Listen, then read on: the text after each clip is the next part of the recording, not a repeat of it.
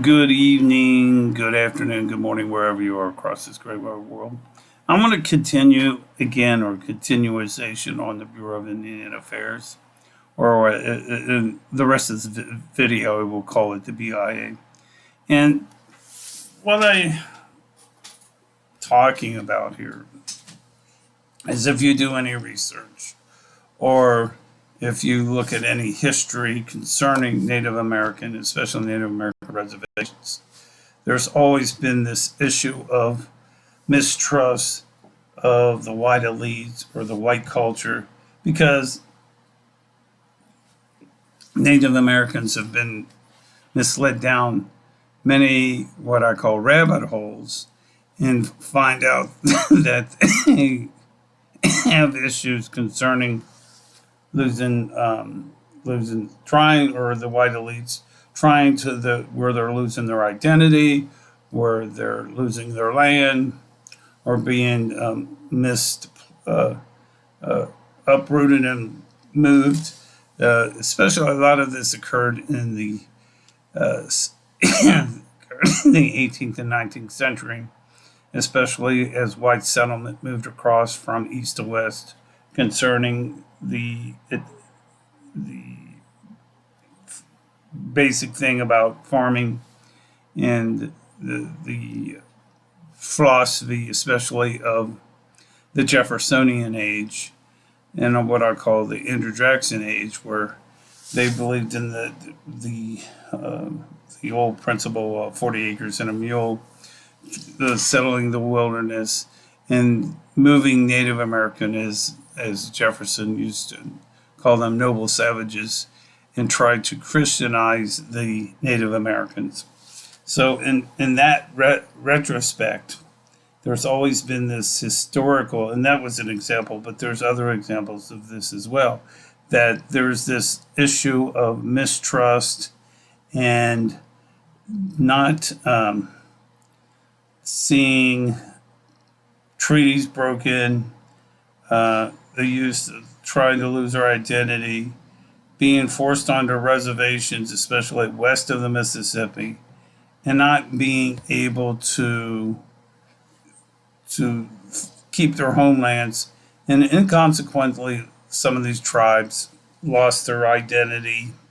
And then the issue becomes, what are we? And it used to be a problem under the Grant administration, USCS Grant administration, the comment of the Native, or it's the Native Americans, but he called it the Indian problem.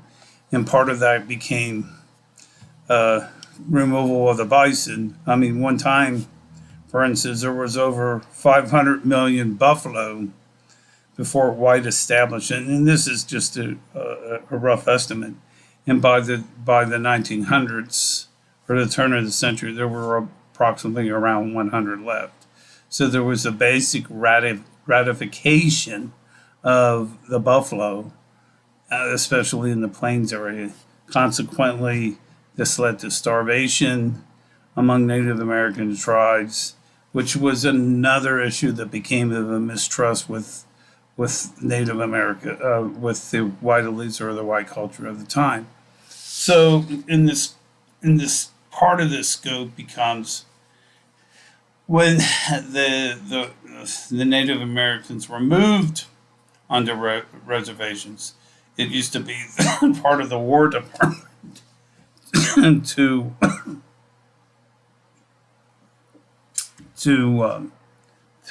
I guess what you call police the Native American reservations. So the issue becomes creating the Interior Department, and under the Interior Department, the Native American reservations would be established, and under that became the BIA, which then became the part of the issue of putting Native Americans on reservations. So in essence, or in principle, the Native Americans became property of the U.S. government. There again, this becomes more, when we talked about this, and this is another issue, because really their Native American culture is not the property of anybody. They existed on this land, North America, longer than this country is in its age. And this consequently is another reaction to why people are hesitant about the government and the consequences that came out of this. And consequently, like I've said previously, they're put under the BIA. And the hopes, and this was the hope, was that they could, especially with like the Dawes Act of the 1880s, that they would force Christianity onto white Christianity onto a Native American culture, and the consequence of this, and this is where my great grandmother comes into the picture. She was Seminole, and then she is forced out of Florida, I believe, when she's like 15, 16 years old, and is moved up to eastern parts of Indianapolis and put into a school where she, and consequently in a few years, marries my great uncle Fred Baker, who then becomes, I believe, becomes part of my grandfather, who is my mom's dad. So in essence, this is why I've always been interested in that. And consequently, in a future video, I'll talk about the Dawes Act in itself. But what they did is they allocated land to and allocated Native American children to Christianize them and to help. What part of the issue became to lose their identity. And then consequently, what comes down the road is the ghost dance, consequences from Wounded Knee, and because the fact that they did not want to be forced under a reservation. And if you look into Arizona history, you can find the Cochise, who were by the cavalry, U.S. cavalry, were reluctant to be put on a reservation, and it was the Cochise tribe that would be fighting to be put on a reservation, but because there was so little of them and more of the U.S. government, they were eventually succumbed and forced onto a reservation. And all this is history for Native Americans. And actually, like I said, this force of this reservation is really out of date, out of system.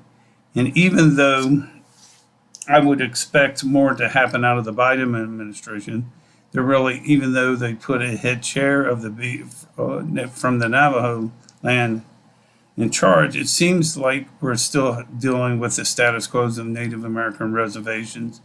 And my concern is that this person or this woman, which I thought was at the time, I thought was a stellar appointment, is really it's the status quo and not necessarily helping the Native American culture or the Native American reservation as a whole. So my emphasis here is that we need to revamp the whole reservation system, wipe it clean, get rid of it all, and really leave that over to in charge of the individual tribal leaders and not necessarily the individual Bureau of Indian Affairs. And remember, I talked about this in a previous video, that we have 12 divisions within the Bureau of Indian Affairs, plus the main office, which is in Washington, D.C. And really, when you think about it,